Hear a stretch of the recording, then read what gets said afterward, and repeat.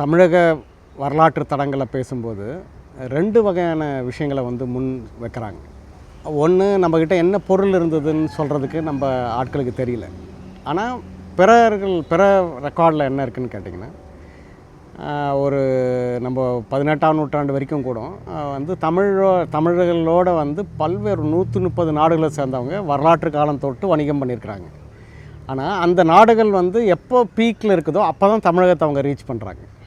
ஆனால் தமிழர்கள் வந்து இங்கே அரசு தலைமை இருக்குது இல்லை, ஆனால் வந்து தொடர்ந்து வணிகம் பண்ணியிருக்கிறாங்கன்றது ஒரு செய்தி. இது உலக மாந்தேன பதிவுகளில் 2 விஷயம் முக்கியமானது. இப்போ நம்மளோட இந்துமா கடலையும் இதையும் என்ன குறிப்பிட்றாங்கன்னா, வட இந்திய 56 தேச பட்டியல்களில் அது ரத்னாகரன் குறிப்பிட்றாங்க. அந்த கடலே வந்து ரத்னமாக இருக்குது அப்படின்னு சொல்கிறாங்க. அப்புறம் இன்னொன்று என்னன்னு கேட்டிங்கன்னா வந்து நறுமணப் பொருளும், அது அந்த பாதை பேர் என்ன, நறுமணப் பொருளும் நவரத்னங்களின் பாதைன்னு பேர். அதாவது உணவுக்கான பொருளும் இருக்குது, நறுமண, அதாவது ஸ்பீசிஸ் அண்ட் ஸ்பைசிஸ் அண்ட் இந்த ரூட் அப்படின்வாங்க. அது வந்து கடல் வழியாக போகிற ரூட்டு தான். இப்போ நிலத்து வழியாக வந்து சில்க் ரூட்டுன்னு ஒன்று சொல்கிறோம்ல, அந்த சில்க் ரூட்டில் வந்து அந்த மாதிரிலாம் பெரிய வணிகம் நடக்கலை. அடிப்படையில் வந்து மனிதகுல வளர்ச்சியில் பெரும் பங்கு வகித்தது இந்த பகுதி தான். அது வந்து உங்களுக்கு பாபிலோனில் வந்து கிடைச்ச தந்தங்களாக இருக்கலாம், உங்களுக்கு வந்து தேக்கு மரங்களாக இருக்கலாம், இதுலேருந்து ஆரம்பித்து உங்களுக்கு எகிப்திய பிரமிடுகளில் கிடைச்ச நிறைய துணிகள், மிளகு அப்படின்ற பட்டியலிருந்து அது நீண்டுக்கிட்டே போகுது. இப்போ அதில் வந்து வேலை செஞ்ச பகுதி வந்து ரொம்ப குறைச்சலாக இருக்குது. இதை வந்து ரொம்ப சமீபத்தில் வந்து என்னென்னா பேப்பரிஸ் பேப்பரில் ஒரு ரெக்கார்டு கிடச்சிது. அதுதான் என்னென்னா வரலாற்று ஆவணமாக தமிழ் வணிக குழுக்கள் வந்து எப்படி நேரடியாக வந்து தொழில்பட்டாங்கன்றதை வந்து சொல்லுது. அதுக்கப்புறம் தான் வந்து நம்ம சேர சோழ பாண்டியர்களை பற்றியான கருத்துருவங்களே மாற்றம் அடையுது. அந்த பதிப்பு என்னென்னா,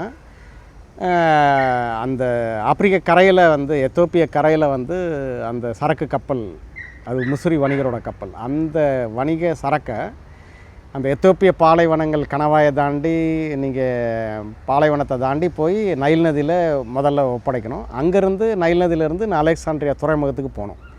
அதுக்கப்புறம் அங்கேருந்து அது ரோமுக்கு போகிற சரக்கு. அந்த டிரான்ஸ்போர்ட்டர் என்ன பண்ணுறாருன்னா, நான் இங்கேருந்து இங்கே கொண்டு போயிடுவேன், அதுக்கு இவ்வளோ துணைகள்லாம் சேர்த்துப்பேன், அப்புறம் இந்த பாலைவன கொள்ளை இதெல்லாம் தாண்டி நான் போயிட்டு நைல் நதியில் போய் சேர்ந்து நைல் நதியிலேருந்து இவ்வளோ தூரத்துக்கு நான் இத்தனாவது நாளில் போய் அங்கே சேர்த்துருவேன். அப்படி நான் சேர்க்கலைன்னா அதுக்கு ஈடான, அதாவது இந்த சரக்குக்கு ஈடான விஷயமாக வந்து அலெக்சாண்டருக்கு என்னோடய வீடு நீங்கள் ஜப்தி பண்ணிக்கலாம், நீங்களோ உங்கள் முகவரோ வந்து அதை பண்ணிக்கலாம் அப்படின்னு சொல்லிட்டு அவரோட சைன் பண்ணியிருக்கிறாரு. அதுக்கான ரூல்ஸ்லாம் இருக்குது. இன்றைக்கி எப்படி வந்து ஒரு ஒப்பந்த அடிப்படையில் வியாபார ஒப்பந்தத்தை வந்து ரொம்ப பின்னாடி தான் வந்ததுன்றது ஆவணத்தை அது உடைக்குது. 2000 கிமு 1 வந்து அவ்வளோ துல்லியமான இன்றைக்கி இருக்கிறதோட ரொம்ப டீட்டெயில் வெர்ஷனோடு அது இருக்குது. அதில் அந்த முசிறி வணிகரோட எழுத்து மட்டும்தான் இல்லை, அந்த இடம் தான் சிதைஞ்சிருக்குது. இது என்ன செய்யுதுன்னா, ரோமர்களோ மற்றவங்களோ வணிகம் பண்ணலை, நம்மளோட சரக்கு போது அந்த சரக்கு ஒரு சின்ன ஏரியா தான். அது 24 ஹெக்டேரோ என்னமோ நிகரான இது நைலில் இன்றைக்கி இருக்கிற இதுக்கான அந்த மதிப்பை அவங்க சொல்கிறாங்க. அப்படி ஒரு கப்பலில் அந்த பகுதி இருக்குது. அது என்ன செய்யுதுன்னா, ஒரு வணிக குழு வந்து தானாகவே அந்த வணிகத்துக்குள்ளே போக முடியாது. குறிப்பாக இப்போ கிழக்கந்தை கம்பெனி தானாகவே வர முடியாது. அந்த அரசு குழுவோட ஒரு பிரதிநிதித்துவ அமைப்பில் இருக்கிற ரத்தவரோடு இருக்கிறவர் தான் இந்த வியாபாரத்துக்கு வருவார். அப்படின்ற இடத்த அடிப்படையில் நீங்கள் பார்த்தீங்கன்னா, இந்த குழுவும் அரசனோட துணை இல்லாமல் வர முடியாது. அப்போ அடிப்படையில் நம்மளோட மரபுகளில் பொருளில் கை மாற்றிக்கிறதும் பொருளில் கொடுக்கறதுக்குமான இடங்களில் உப்பு வந்து ரொம்ப முக்கிய பங்கு வகிக்குது. அந்த உப்புக்கான இடங்கள் தான் நீங்கள் வந்து அவங்க அந்த ஈடாக அதை கொடுக்குறாங்க. அந்த உப்பளம் வந்து எப்போயுமே வந்து அரசர் கையில் தான் இருக்குது. எப்படி இன்றைக்கும் கூட யாருமே வந்து அரசு துணை இல்லாமல் உப்பை காய்ச்சிட முடியாது. அதே மாதிரி நீங்கள் கோவளங்கள்னு வந்து தமிழகம் முழுதும் பார்க்கலாம். இது எல்லா கோவளமும் என்ன உப்பளம் தான், கோவோட உப்பளம். இந்த உப்பளத்துலேருந்து தான் நவீன இதில் சேலரின்ற வார்த்தை உருவாக்கிக்கின்றது. பொருள் மேலே நம்மளுக்கு இருக்கின்ற மதிப்பும், பொருளை எப்படி நம்ம கையளிக்கிறோம், அது பின்னாடி கடாரம் கொண்டான்ற ராஜேந்திரனோட பட்டத்தில் வந்து என்ன செய்யுதுன்னா, வணிகர் குழுக்களும் கடாரம் கொண்டான்னு போட்டுக்கும்போது இது உறுதியாகுதுன்றது வந்து நம்மளுக்கு தெரிய வருது முதல் முறையில். ஏன்னா வணிக குழுவும் போயிட்டு என்ன செய்யுதுன்னா, கடாரம் கொண்டான்ற அந்த ராஜேந்திரனுக்கான பட்டத்தை அவங்களும் போட்டுக்கிறாங்க. அப்போ தான் இந்த போரோ மற்றதோ இது நிகழ்வுகளோ எப்படி வணிகத்தோடு இணைஞ்சு வருதுன்றது நம்ம பார்த்தோம். அப்படின்னா ஏறக்குறைய உலக மரபில் ஒரு நீடித்த வணிக குழுக்கள் அப்படின்னா நானாதேசிகம், 501 அப்படின்னு நம்ம வணிக குழுக்கள் இது எல்லாமே ஒரு 1000 வருஷத்துக்கு மேலே நம்மளுக்கு தகவலாகவே இருக்குது. அதுக்கு முன்னாடியும் இருந்திருக்கலாம். இந்த குழுக்களோட இந்த பரிவர்த்தனைகளுக்கான இடங்களை தான் சங்க இலக்கியத்தில் வந்து ரொம்ப நுட்பமாக என்னென்னா பட்டினப்பாளையன்னு ஒரு இதில் முழுசாகவே ஒரு நகரத்துக்குள்ளே ஒரு பாளையை பற்றி பேசுது. அப்போ பாளைன்றதோட அர்த்தம் என்னென்னா, நீங்கள் உங்களோட கடனை சரியாக செஞ்சிங்கன்னா அதெல்லாம் பாளை. அப்படி நகரத்தின் பாளையில் என்ன பண்ணுதுன்னா, வந்த சரக்கும் பரிவர்த்தனைகள் வந்து அப்படியே இருக்குது அங்கங்கே அப்படின்றத ஒரு லிஸ்ட் அவுட் கொடுக்குது. அதில் வந்து எந்தெந்த தேசத்தில் என்னென்ன ஆட்கள்லாம் வரும்போது கடாரத்தின் ஆக்கம்னு ஒரு சொல் வருது. கடாரத்தின் ஆக்கத்தை நான் பல முறை கேட்டிருக்கேன். அது என்ன ஆக்கம்? செய்யப்பட்ட பொருள். கடாரத்தை இன்றைக்கி நவீன காலத்தில் தொல்லியல் ஆய்வில் கடாரத்தை ஆய்வு பண்ணும்போது அங்கே இரும்பு சட்டங்களும் இரும்பு உருக்குகளும் இருக்குது. இப்போ காலனி மாதிரி கரிகாலன் பீரியடில் கடாரம் வந்து கைகொள்ளப்பட்டு அங்கே இரும்பு ஆக்கத்தை எடுத்து இரும்பை வந்து இவங்களோட இடத்துக்கு பயன்படுத்தியிருக்காங்கன்றது வந்து ரொம்ப மிக முக்கியமான பதிவு. இந்த இடம் வந்து தொடக்கநிலை ஆய்வுகளோடு நிற்குது. நீங்கள் தமிழ் சூழலில் இப்போ நம்ம மார்க்ஸ் சொல்கிற மாதிரி வந்து சந்தையோட இந்த பொருள் இதெல்லாம் நம்ம ஒரு இடத்துல பேசினாலும் பொருள் எப்படி சேகரமாகி சந்தைப்படுத்தப்பட்டதுன்னு ஒரு வரலாறு தேடனா அது ஆசியாவில் தான் தேடணுன்றாரு. அது ஆசியாவில் இல்லை, நீங்கள் தமிழ்நாட்டோட அரசு வணிக தலைமைக்குள்ளே தான் நீங்கள் அதை தேட முடியும். அதுக்கு வந்து 2 விஷயங்கள் நம்மளுக்கு முக்கியமானதாக இருக்குது. அதாவது கிரேக்க செனட்டில் வந்து முத்தோ நீங்கள் வாங்கிக்கிட்டே இருக்காதீங்க, நம்மளோட முழு பட்ஜெட்லேயே ஒரு பாதியாக போகுதுன்றது ஒரு உதாரணம். 2வது உதாரணம் என்னென்னா, நம்மளோட வணிகம் பண்ண குழுக்களில் மாற்று சரக்கே இல்லாதவர் தான் இந்த ரோமர். இதான் வந்து நம்ம புரிஞ்சிக்க வேண்டியது. ஆனால் இங்கே வரலாற்றில் என்ன சொல்கிறாங்கன்னா, தொடக்க நிலையில் நம்மளோட ஆய்வுகளில் வந்து தங்கமே நம்மக்கிட்ட இல்லை, ரோமனோட காயினை வச்சுக்கிட்டு தான் நம்ம வந்து ஒரு காயினேஜை வச்சுக்கிட்டு இருந்தோன்ற மாதிரிலாம் நிறைய தவறான ஃபால்ஸ்லாம் வந்துக்கிட்டு இருந்தது. ஆனால் விஷயம் என்னன்னு கேட்டிங்கன்னா, மாற்று சரக்குக்கான எந்த பொருளும் மற்றவர் தான் ரோமன்னாக இருக்கிறாரு. அதனால தான் அவரோட அந்த ரோம காயினோட அளவு இருக்குல்ல, உலக அளவில் ரோம காயின் கிடச்ச இடங்கள் தமிழகம் தான், வேறு எங்கேயும் இந்த அளவுக்கு கிடைக்கல. அதுக்கான காரணம் என்னென்னா, அவரோட படை நிகழ்த்துறதுக்கு அந்த ரோம படை நிகழ்தில்ல, அந்த மிலிட்டோரியல் படை நிகழணும்னா அந்த படையணி வீரர் வந்து என்ன செய்யணும்னா, உணவுக்கு முன்னாடி 10 மிளகை போட்டு மெல்லணும். மென்று அவருக்கு உமிழ்நீரோடு வந்ததுக்கப்புறம் தான் அவர் உணவு கொடுக்கப்பட்டது. ஏன்னா அவரோட உடல் ஆரோக்கியம் முக்கியமானது. அந்த வகையில் மிளகு இல்லைன்னா ரோமானிய வெற்றின்றது ஒன்று கிடையாதுன்றது தெரியுது. அந்த கருப்பு தங்கத்துக்கு ஈடாக தான் இந்த தங்கத்தை அவர் கொடுக்குறாரு. அப்படி கொடுக்கும்போதும் என்ன ஒரு அதில் இருக்கிற விஷயம் இருக்குன்னா, அந்த ஒரு 1.5 ஆன்சான்ற எடை அளவில் இருக்குது. 1 ஆன்சான்ற அந்த ரோம அளவில் அந்த நாணயம் அச்சிடப்படலை. அப்படின்னா ஏதோ ஒரு அதுக்கு விஞ்சன ஒரு எடை அளவு இருக்காக மாற்று மதிப்பீடு இல்லாமல் அரசரோட அடிப்படையில் வணிகத்துக்காக அது அச்சிடப்படுது. இப்போ அந்த 1.5 ஆன்ஷா என்னன்னு கேட்டிங்கன்னா, நம்மளோட களஞ்சிக்கு நிகரான எடை.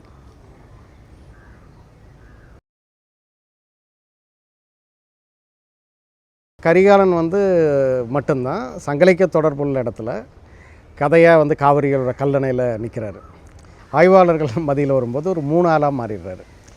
அப்போ வந்து கரிகாலனை பற்றி சொல்லக்கூடிய 3 விதமான பாடல்களும் வெவ்வேறு பின்னணியில் வெவ்வேறு கால வழிகளில் அவரோட ஒரு குழந்தை பருவத்திலேருந்து அவங்க தாய் தந்தையர் காலத்திலேருந்து ஒரு பெரிய ஏரியா இருக்குது.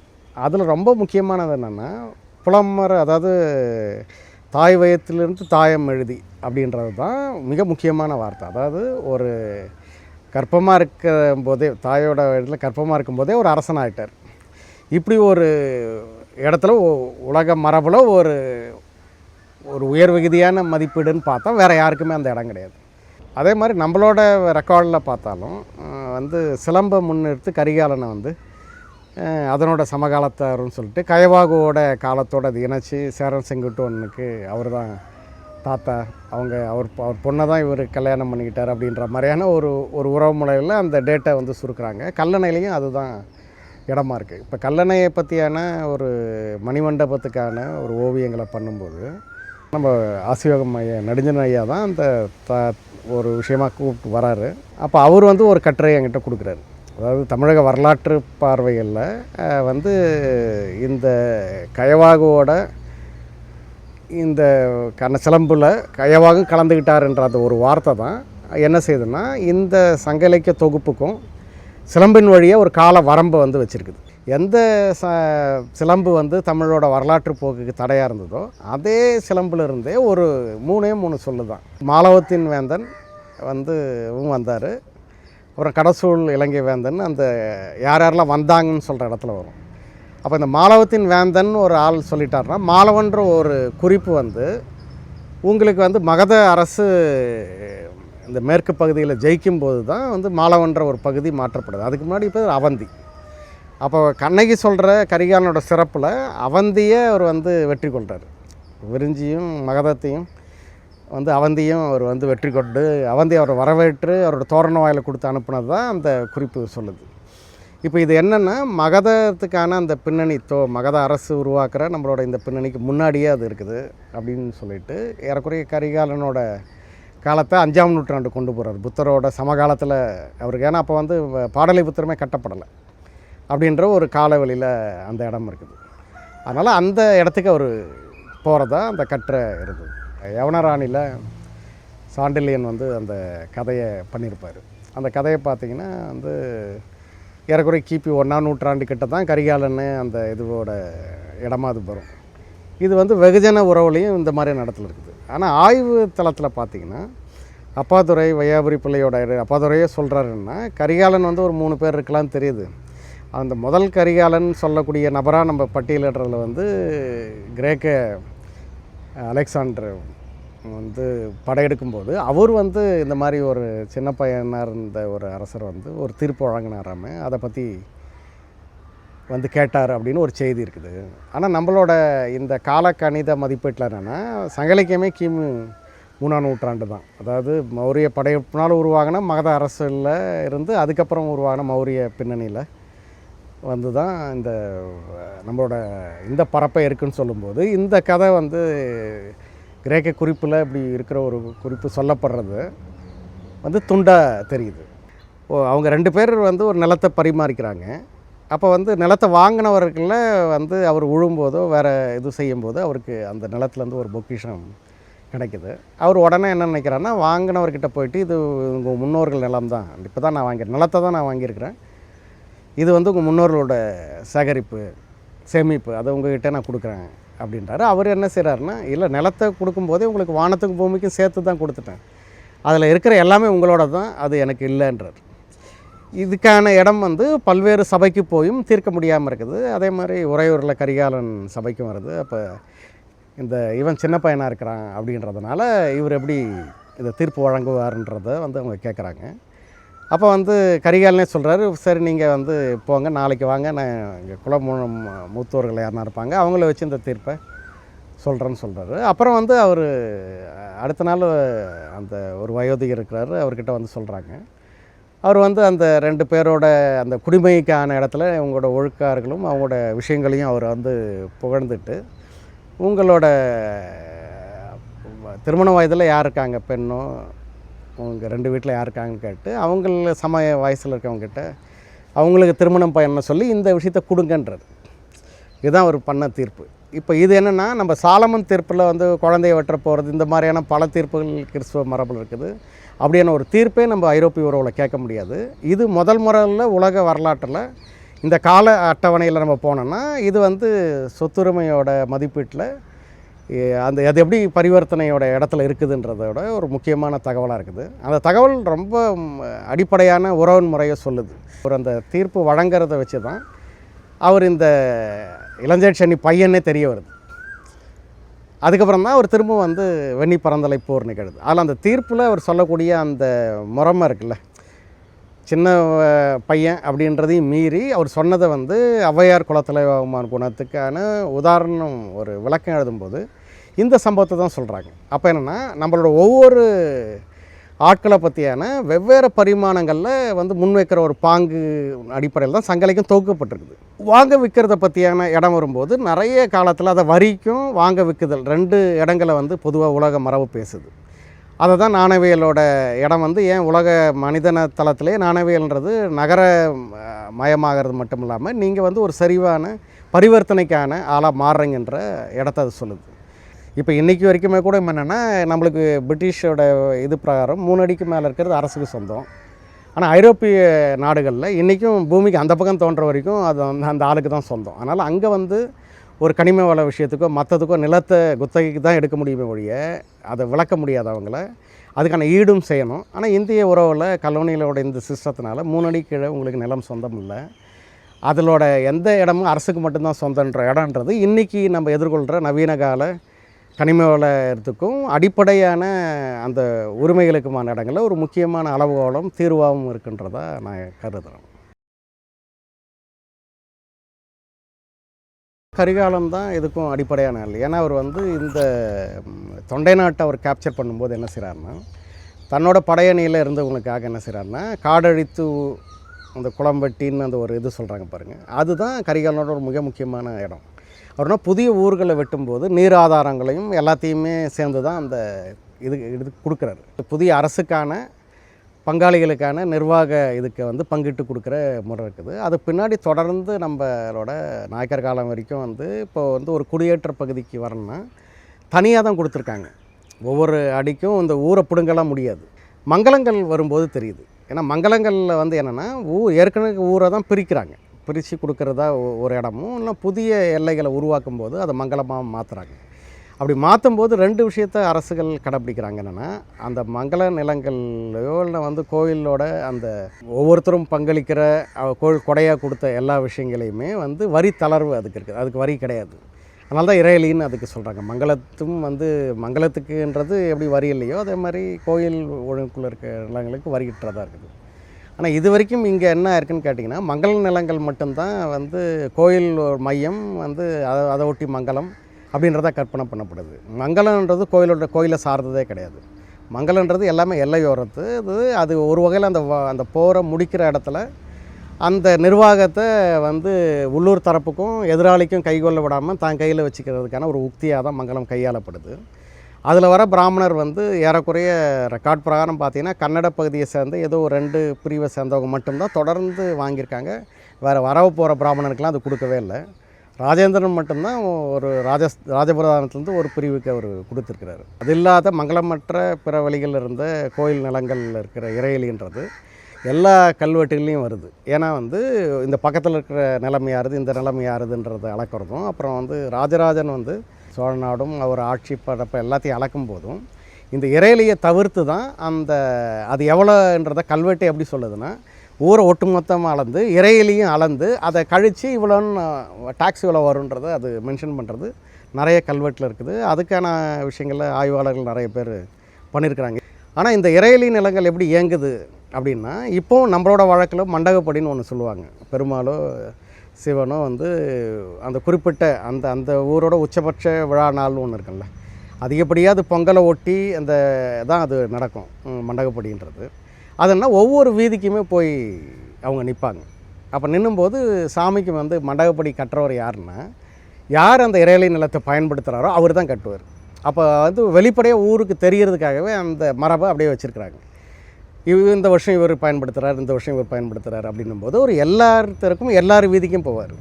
அது என்ன செய்யுதுன்னா, கோயில் ஒழுங்குக்குள்ளே இருக்கிற ஏறக்குறை ஒரு 32 தொழில் பிரிவுக்கான ஆட்கள் வேலை செய்கிறாங்க. மாடு மேய்க்கிறவன், ஆடு மேய்க்கிறவன் வந்து ஆரம்பித்து எல்லா வித தொழில்துறைக்கான ஆட்களையும் அந்த முறை கையில் வச்சுருக்குது.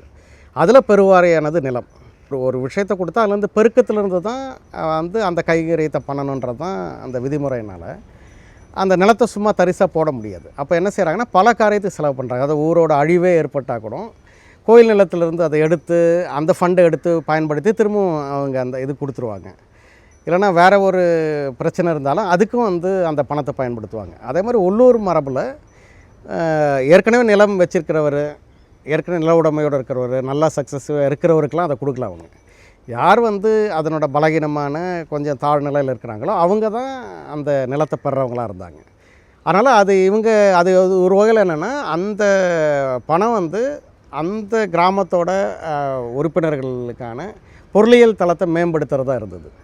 இது வணிகர்கள் வரும்போது என்ன, இறைநீ நிலத்திலிருந்து வரக்கூடிய பொருட்களை வந்து வணிகத்தில் வாங்கும்போது என்ன செய்கிறாங்கன்னா, அதுக்கு ஈடான இது தான் அவங்கக்கிட்ட கமிஷனாவோ மற்றதோ கொடுக்க முடியாது. அப்போ அவங்க என்ன பண்ணுறாங்கன்னா, அதுக்கான பணத்தை வந்து கோயில் கொடையாக செய்கிறாங்க. அப்படி தான் நிறைய நீங்கள் அந்த கல்வெட்டில் பார்த்தீங்கன்னா பாதி இது வந்து வியாபாரிகள் வந்து பண்ணியிருப்பாங்க. ஏன்னா வந்து பெருவகையான மதிப்பு வந்து இறைநிலை நிலத்துலேருந்து வரும். அப்போ அது வந்து ஒரு வகையில் அவங்களுக்கு சீப்பாகவும் கிடைக்கும். அதே டைமில் அதுக்கான ஈடு, அதனால் பெற்ற பலனை அதுக்கு வந்து அவங்க திரும்பி செய்கிறதா வந்து அந்த கல்வெட்டுகளில் இப்படி ஒரு லிஸ்ட்டு வருது.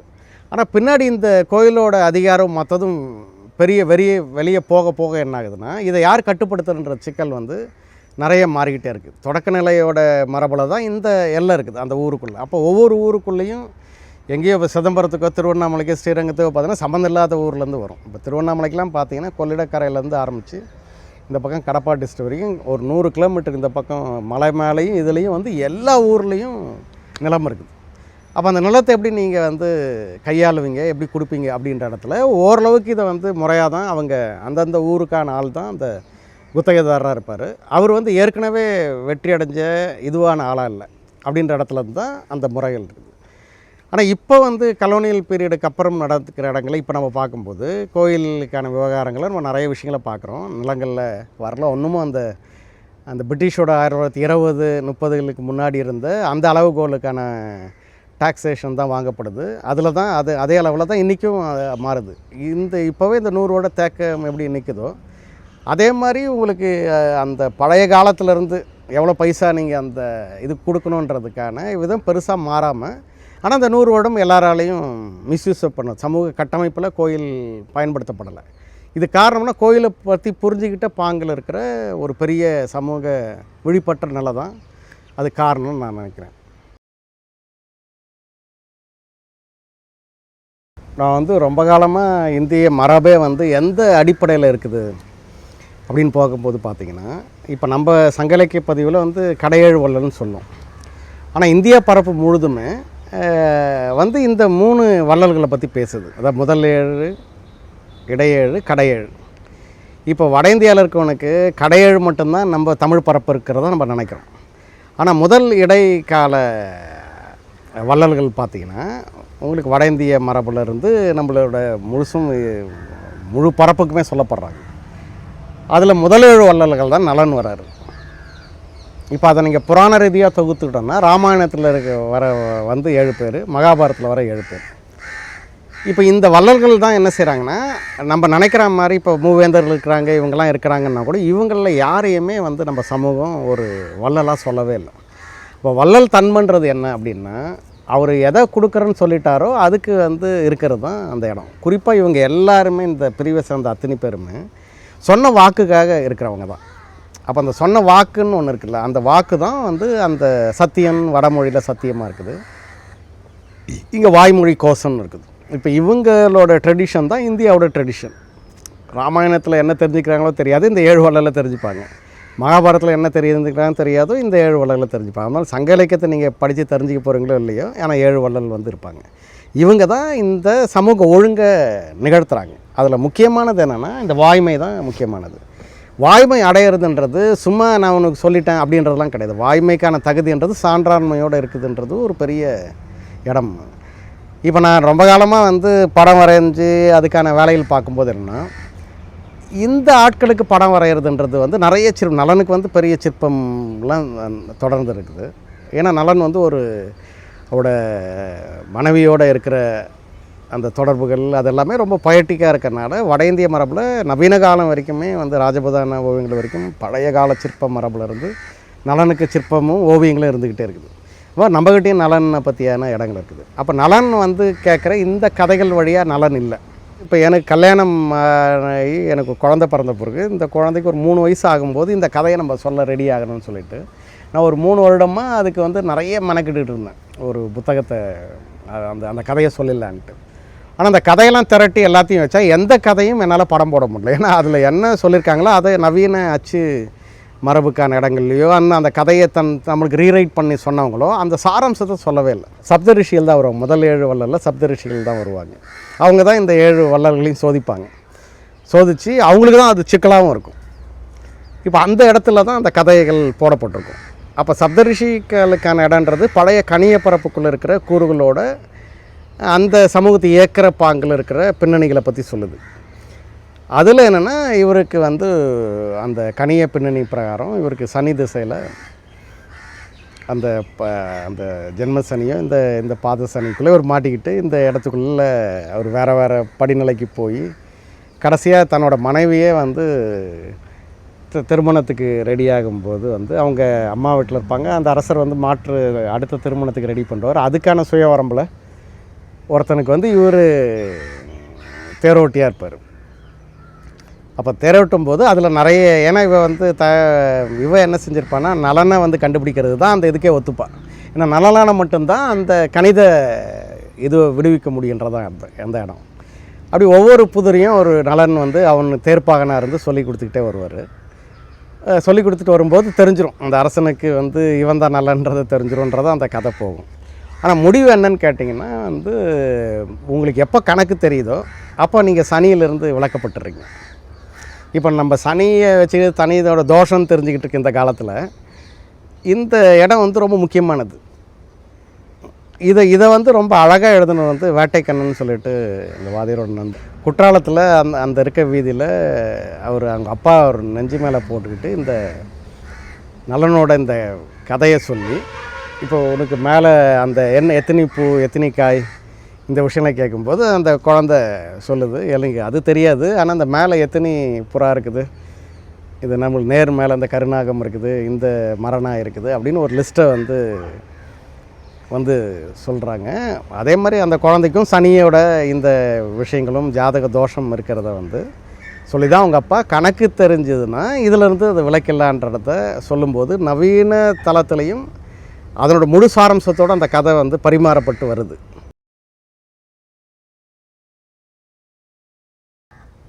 கைசிகைன்னு ஒரு கூத்து நிகழ்த்துறாங்க ஸ்ரீரங்கத்தில்.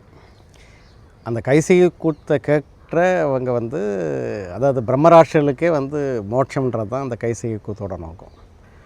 அதை நான் பார்க்கும்போது என்ன நினச்சேன் அப்படின்னா, இங்கே ஏற்கனவே அறிவு சார்ந்த இடங்களில் நம்ம ஒன்று நினைக்கிறாங்கல்ல, ஒரு உபநிடத்தினுடைய வைணவத்தை புரிஞ்சுக்கிறது, வெவ்வேறு தத்துவ சார்பாக புரிஞ்சிக்கிற இடத்துல இருந்து வைணவத்தை வந்து ரொம்ப தர்க்க மேன்மையாக வந்து மத்துவரோ ராமானுஜரோ கொண்டு வந்துட்டாங்க.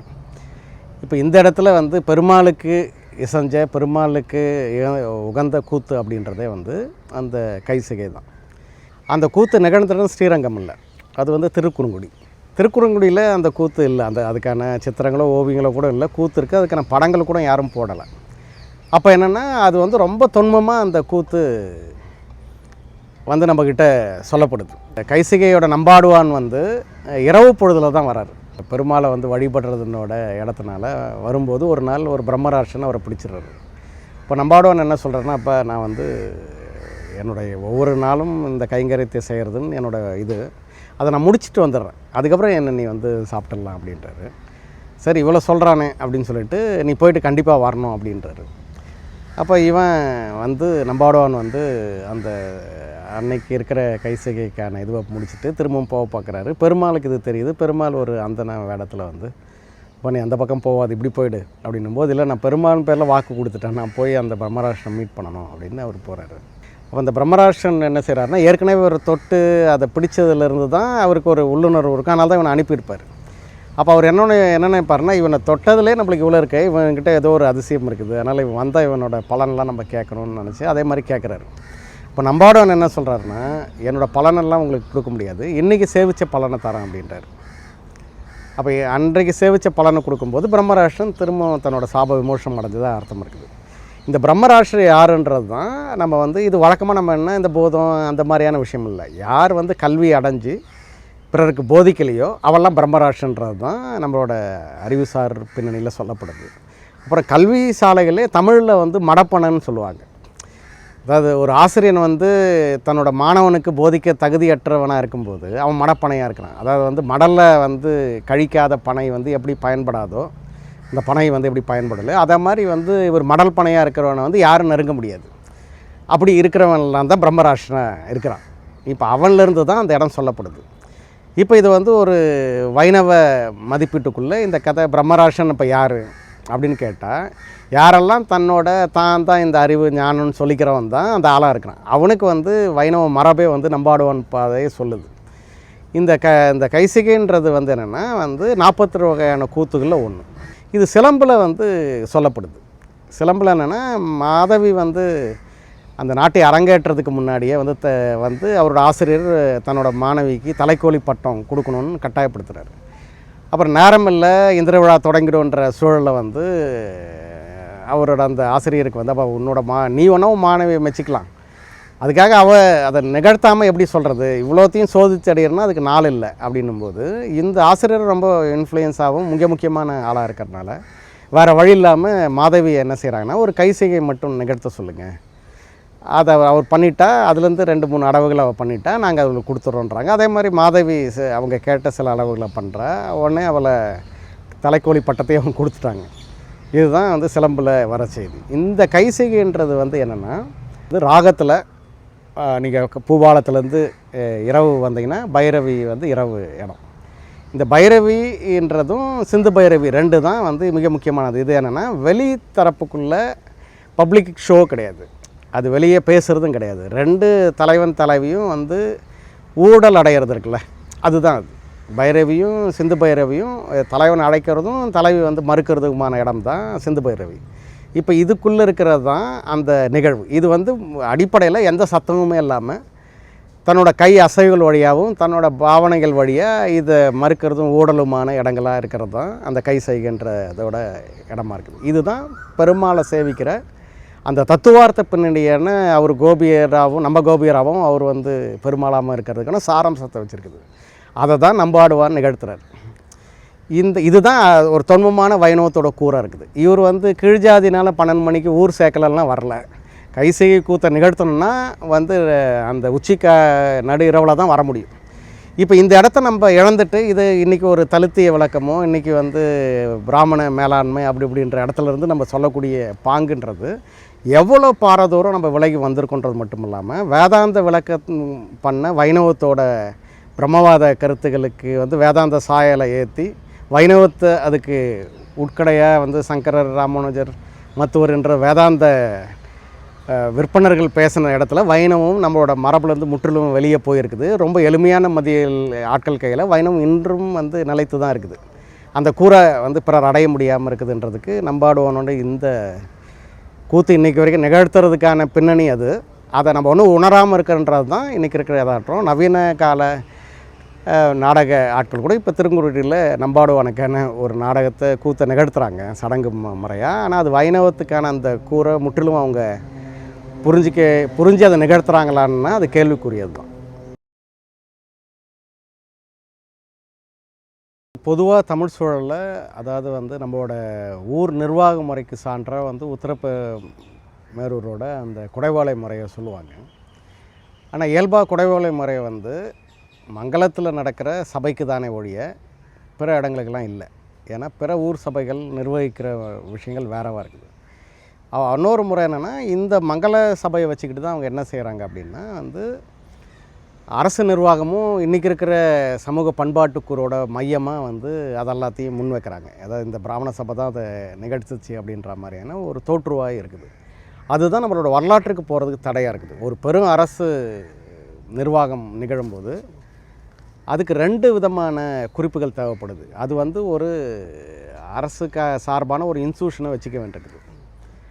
அந்த இன்ஸ்டியூஷனோட சம்மந்தப்பட்ட இடங்களில் ஒரு உறுப்பு தான் இந்த மங்களம்ன்ற உறுப்பு. இந்த மங்களன்ற உறுப்பு என்ன செய்யுதுன்னா, எல்லையை வந்து அடையும் போது எல்லை பகுதியை வந்து வெற்றி கொண்டு எல்லையில் தன்னோட படையை நிறுத்தி வைக்கிறது வந்து பாடி வீடாகவும், எல்லைக்கான காவல் கோட்டம் இருக்கிறது வந்து ஒரு பகுதியாகவும், எல்லையோட அந்த நிர்வாகத்தை கைக்கொள்கிறதுக்கு வந்து மங்களம் வந்து கொடுக்கப்படுது. இதுக்கு நடுவில் வந்து சாலைன்னு ஒரு வடிவம் அந்த இடத்துல இருக்குது. இந்த 4 தான் என்ன செய்யுதுன்னா, இந்த அரசு வந்து தன் எல்லைப்புறங்களை வந்து உறுதிப்படுத்துகிறதான கூறாக இருக்குது. ஏன் மங்களம் கொடுக்குது அப்படின்னு கேட்டிங்கன்னா, வந்து மங்களத்தில் உள்ளூர் ஆள்கிட்ட கொடுத்துட்டா அது வந்து அவர் எதிரியாக மாறிடுவார். இல்லை யாரோ ஒருத்தர் ஒரு பக்கம் ஒரு சாய முடியுன்றது தான் ஒவ்வொரு பகுதிக்குமான இடமா இருக்குது. அப்போ சோழர்களும் பாண்டியர்களும் வந்து வெவ்வேறு காலங்களில் அந்த விஷயங்களை கையாளுறதுல ஒரு முடிவுக்கு வராங்க. அதுதான் அந்த மங்களத்துக்கான வடிவமாக இருக்குது. அதில் அந்த மங்களத்தோட இங்கே வட தமிழகத்தோட பல்லவர்கள் அதுக்கு முந்தின காலத்தோட இடம் வந்து அகரம்ன்ற பேரில் சொல்லப்படுது, இல்லை பட்டுன்ற பேரில் அது முடியுது. இந்த பாலிய பட்டு, இந்த பட்டு அப்படிலாம் நிறைய பட்டுலாம் வரும். அது எல்லாமே இந்த மங்களமாக கொடுக்கப்பட்ட இடம். இது எல்லாமே எல்லைகளில் தான் இருக்கும்.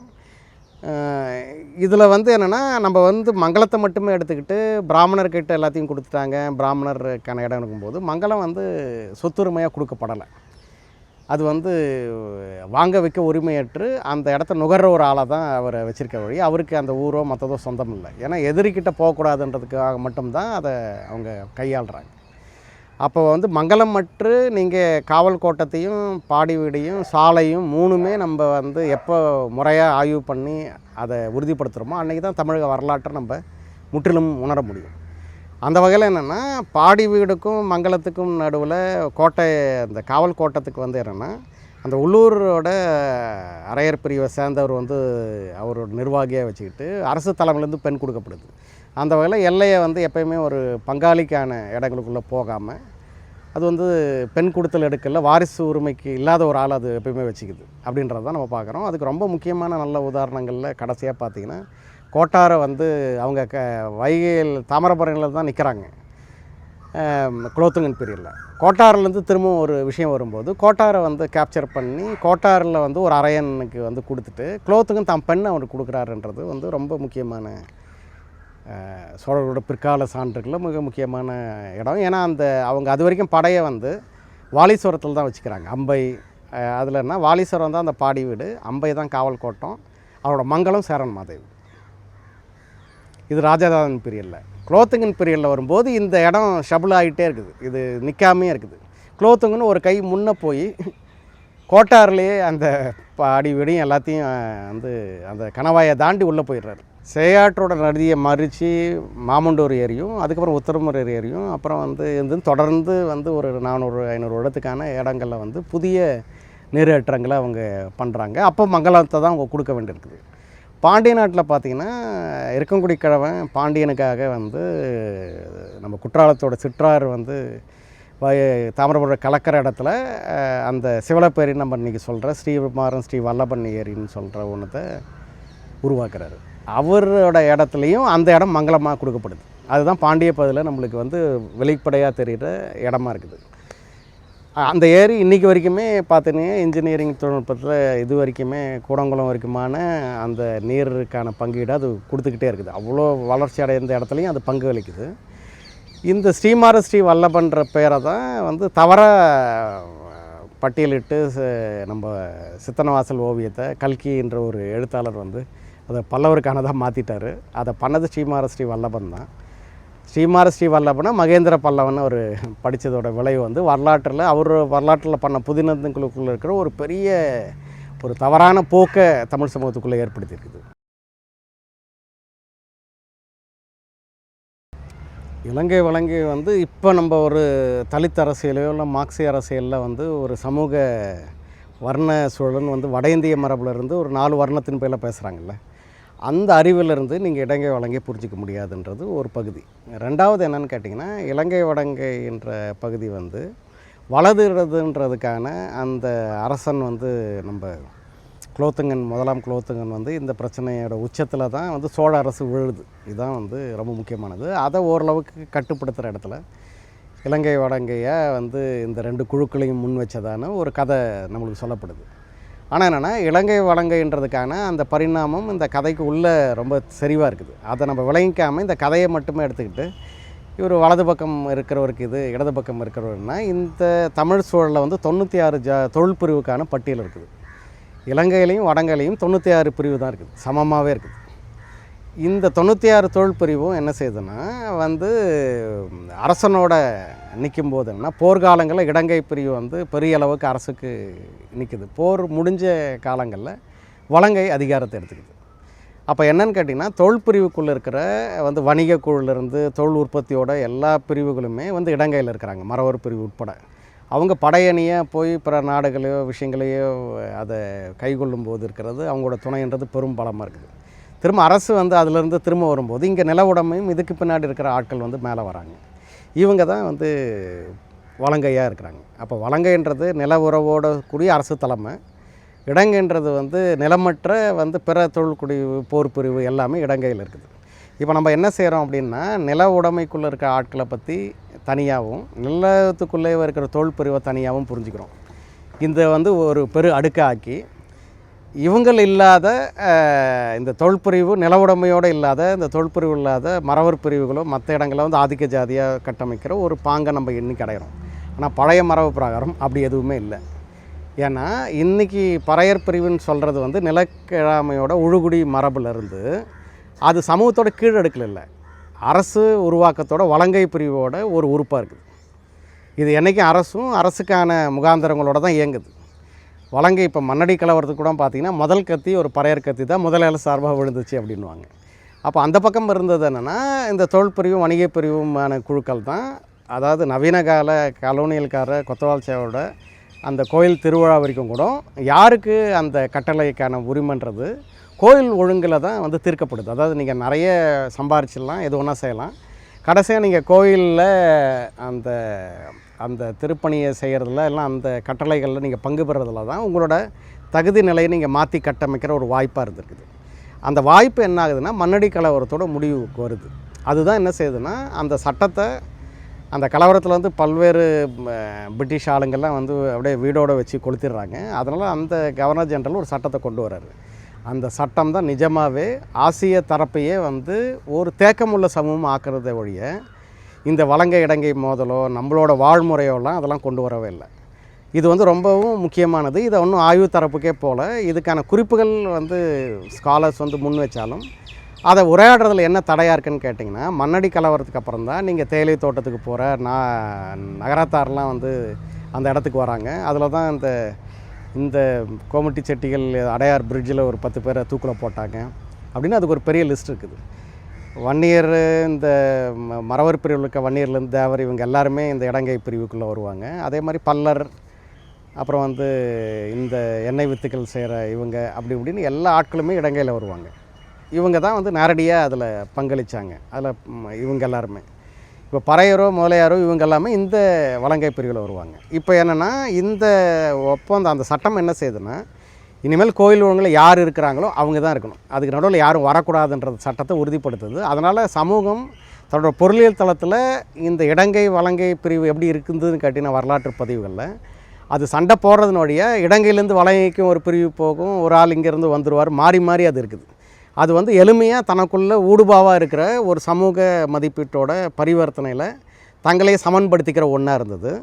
சோழ அரசு இந்த அதனோட உச்சமான வெளிப்பாட்டில் இந்த மோதல்னால தான் அது விழுந்ததுன்றது தான் வரலாற்று நிஜம்.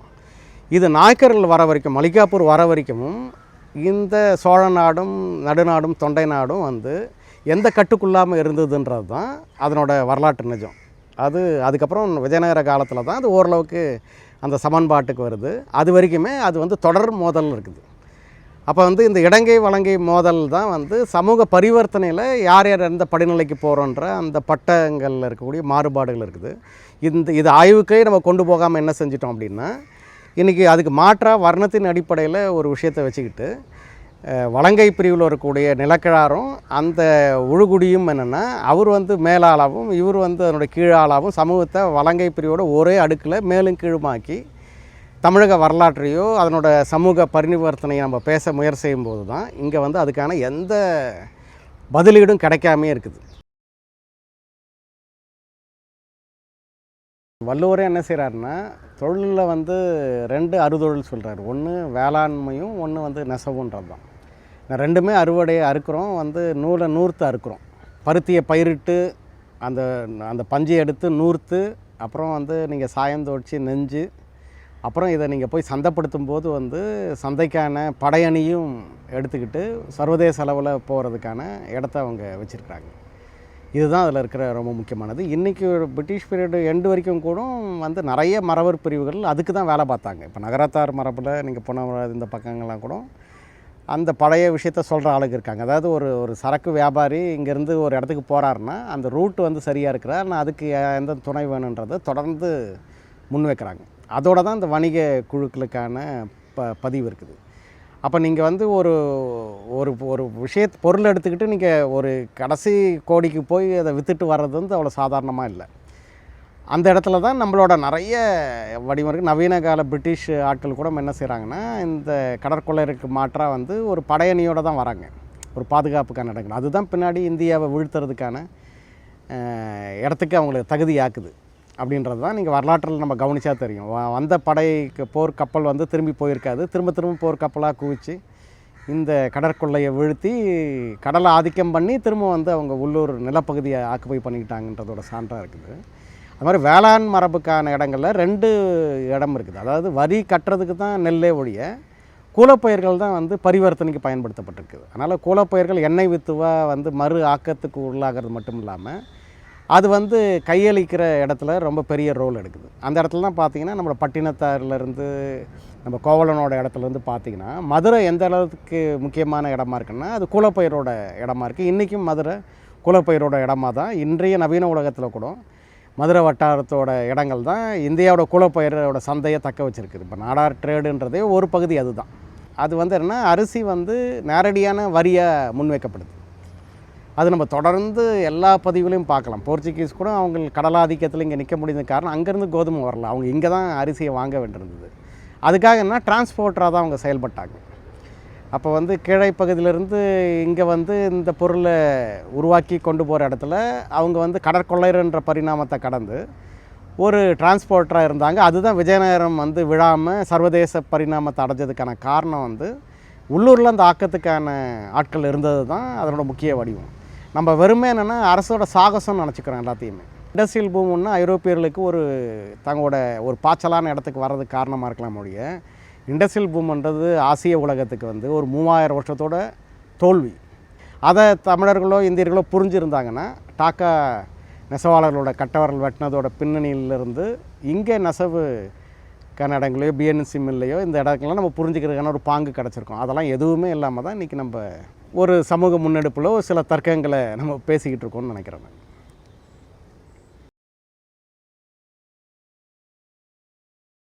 இப்போ கணவாயை நம்ம பொதுவாக என்ன நினைக்கிறோம்னா கைபர் போலன்லேருந்து ஆரியர்கள் வந்துட்டாங்க, அதே மாதிரி வந்து அலெக்சாண்டர் வந்துட்டாருன்னு ஒரு கற்பிதத்தை வச்சுருக்கோம். அலெக்சாண்டர் வரும்போது அவர் என்ன சொல்கிறாருன்னா கைபர் போலன் தாண்டி அந்த கணவாயோட பாதுகாவல்லையோ அதனோட தொடக்க வட்டங்கள் இருந்தவங்கள் பழங்குடியை ஜெயிக்கிறது எனக்கு பெரும் பாடாக இருந்ததுன்றார். அங்கே தான் ஒரு காயப்படவும் செய்கிறார். அதனோட அடுத்தடுத்த இடங்களில் ஒரு அரசு சமூகம் இயங்கிறதுல அடிப்படையில் ஆற்று கணவாய்கள் தான் முக்கிய பங்கு வகிக்குது. ஏன்னா வந்து தொடர்ந்து ஆற்றுப்பகுதிகளை நீங்கள் கடக்கணும்.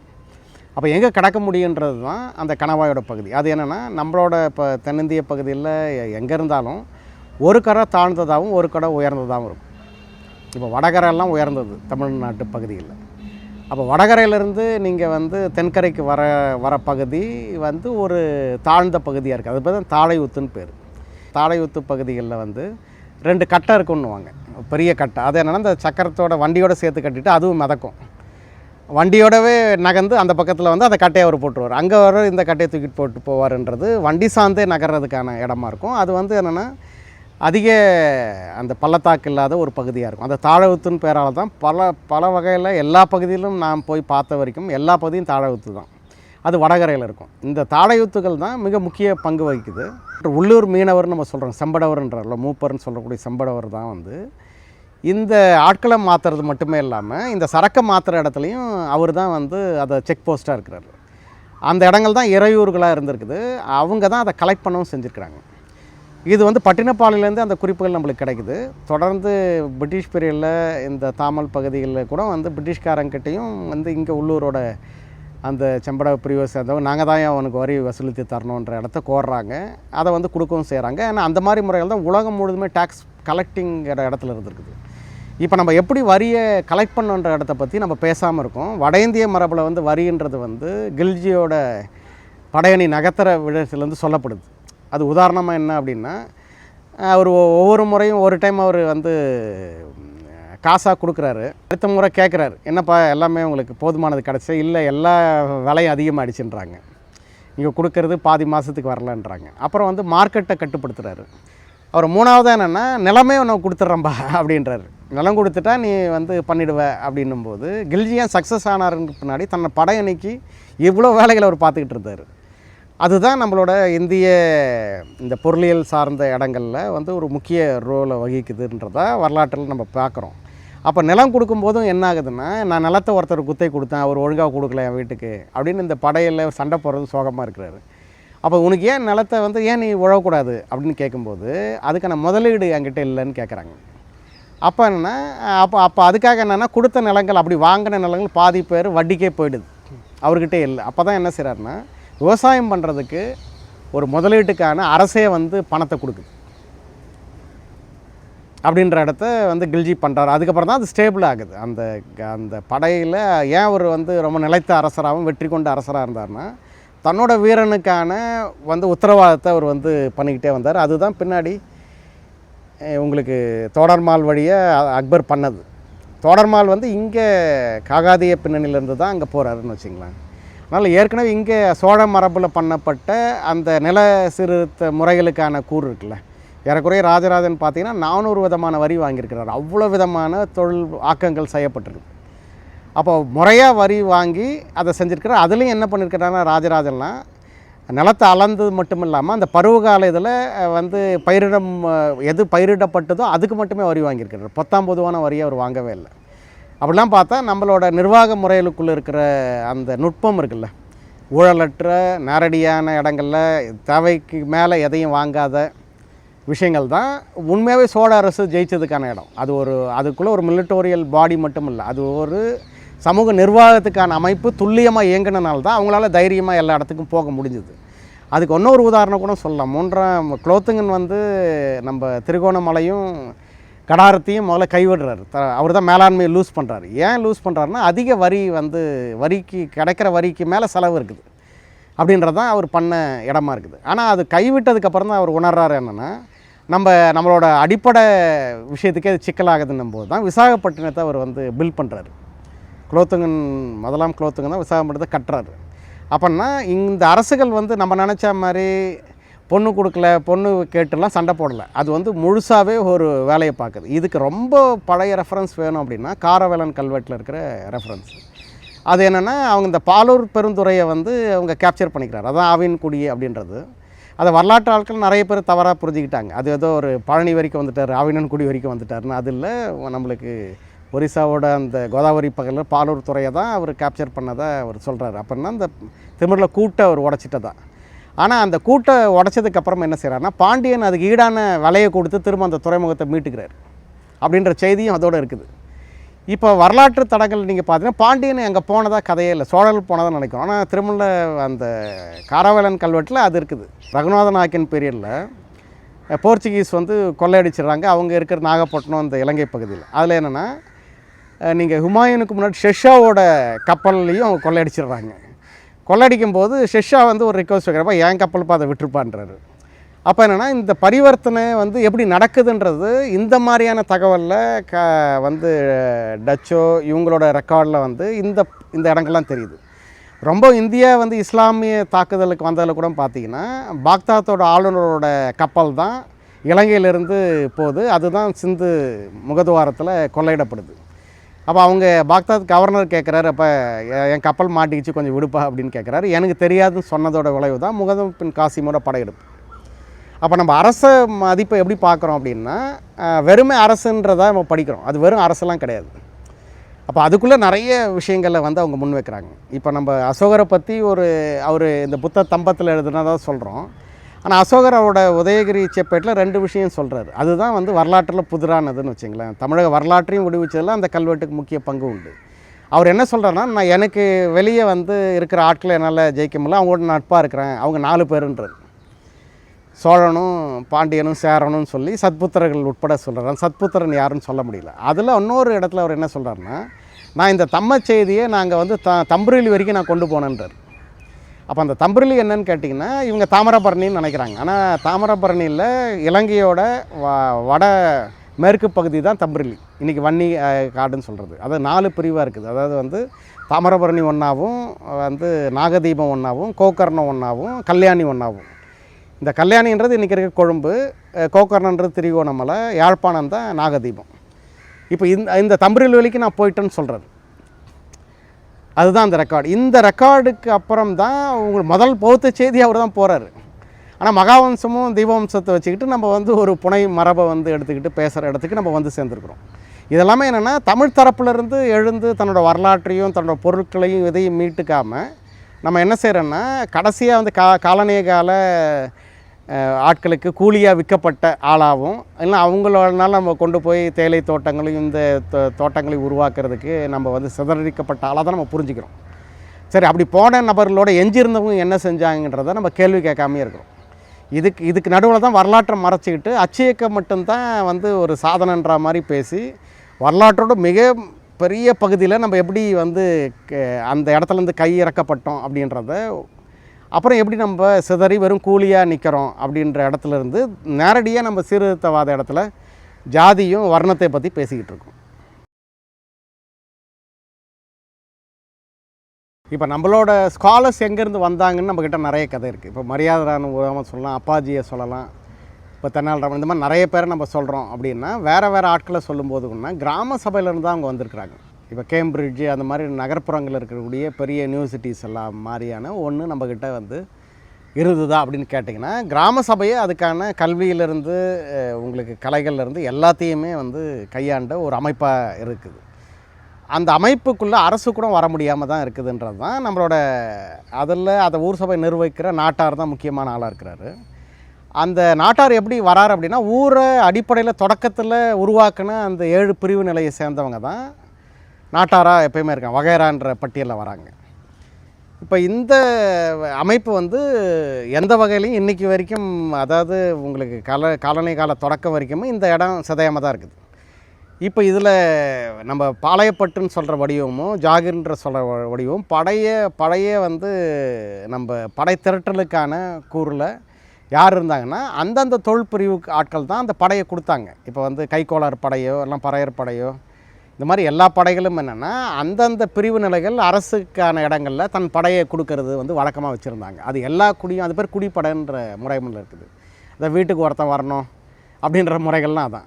அதில் சோழர்களும் நிலைப்படையை வச்சுருந்தாங்க அப்படின்றது தான் அவங்களோட இடம். நிலைப்படையை அவங்களால கையாள முடிஞ்சது. ஏன்னா தொடர்ந்து அவங்க போரை நிகழ்த்திக்கிட்டே இருக்க வேண்டியிருக்கு. ராஜராஜனா பார்த்திங்கன்னா ஒரு 56 தேசங்களுக்கு மேலே ஜெயிச்சிருக்கிறார். அவ்வளோ தொடர்ந்து போர் நிகழ்த்தி அதை தக்க வச்சுக்கிறதுக்கு வந்து படையை வந்து அவங்க முன் வச்சுக்கிட்டே இருக்கிறாங்க. அதனால தான் படையணிகளே கூட வந்து அந்த ஒரு கை மகாசேனை, 2 கை மகாசேனை, 3 கை மகாசேனைலாம் இருக்குது. இப்போ அந்த ஒவ்வொரு சேனைகளும் எதெல்லாம் நாங்கள் ஜெயிச்சோன்ற பட்டியல் நிர்வாகங்கள்லாம் கொடுக்குறாங்க. இந்த மாதிரி ஒரு பெரிய வந்து எப்படி சொல்கிறது, ஒரு மிலிட்டோரியலான, அதாவது வந்து இராணுவ முகாந்திரம் உள்ள இடமா வந்து சோழ அரசோ மற்றவங்களோ இருக்கிற தீவிரமான தளத்தை நம்ம பார்க்குறோம். அதுக்கு நிகராகவே என்னென்னா வந்து புதிய இஸ்லாமிய படையெடுப்புக்கு அப்புறம் வந்து எதனால் வந்து அவங்க அதை விழுறாங்கன்னு கேட்டிங்கன்னா, இஸ்லாமிய கலிபுகளோட அமைப்புகள்லேயே நீங்கள் ஒரு இஸ்லாமியனாக போய் படையெடுத்து போகிறீங்கன்னா அங்கே கிடைக்கிற செல்வம் வந்து உங்களுக்கு, அதை நீங்கள் பங்கிட்டுக்கலாம். ஆனால் அந்த நிலமும் ஆட்சியும் வந்து கலிபுகளோட இறையாண்மைக்கு வந்துடும். அதனால் நீங்கள் அந்த இடத்த கேப்சர் பண்ணி அதை ஒழுங்காக நிர்வாகம் பண்ணலாம், நீங்கள் தான் அந்த இடத்த ஜெயிச்சிருப்பீங்க, உங்களை கூட விளக்குற உரிமை கலிபுக்கு இருக்குது. அப்படி கலிபோடுலேருந்து முதல்ல விலகினால் தான் கஜினி என்ற ஒரு முதல் ஆள். அவர் தான் இந்த கலிப்பு அதிகாரத்தை தன்னை விலகிக்கிட்ட ஒரு சுல்தானாக இருக்கிறாரு. அப்போ இவங்க வந்து எப்படி படை திரட்டுறாங்கன்னா வந்து நீ படை திரட்டி கிடைக்கிற செல்வத்தில் உங்களுக்கு ஒரு பங்கை வந்து முறையாக கொடுக்குறாங்க. படைமானிய முறைன்னு அதை தான் சொல்கிறாங்க. அப்போ என்னென்னா ஒரு குழு ஒரு 100 போர் வீரர் வச்சுருக்குது, இல்லை வந்து ஒரு குதிரை வீரர்கள் 50 பேரை வச்சுருக்குது, இல்லைனா வந்து இதை இவ்வளோ பேரை வச்சுருக்குது. அந்த நம்பர் அடிப்படையில் இந்த சுல்தான்கள் என்ன பண்ணுறாங்கன்னா அதுக்கு ஒரு நிலத்தை பங்கிட்டுறாங்க. படைய இதில் ஒரு நாட்டாருக்குமான எல்லைகள் இருந்ததில்ல, அந்த எல்லைகள் இல்லாமல் இந்த படை எண்ணிக்கை கொடுக்கக்கூடிய சம்பளங்கள், அதனோட வரிகள்லாம் அந்த ஊர்களை கலெக்ட் பண்ணி இந்த படையை எப்பயுமே அவங்க வந்து வச்சுருக்கணுன்றது தான் அந்த விதி.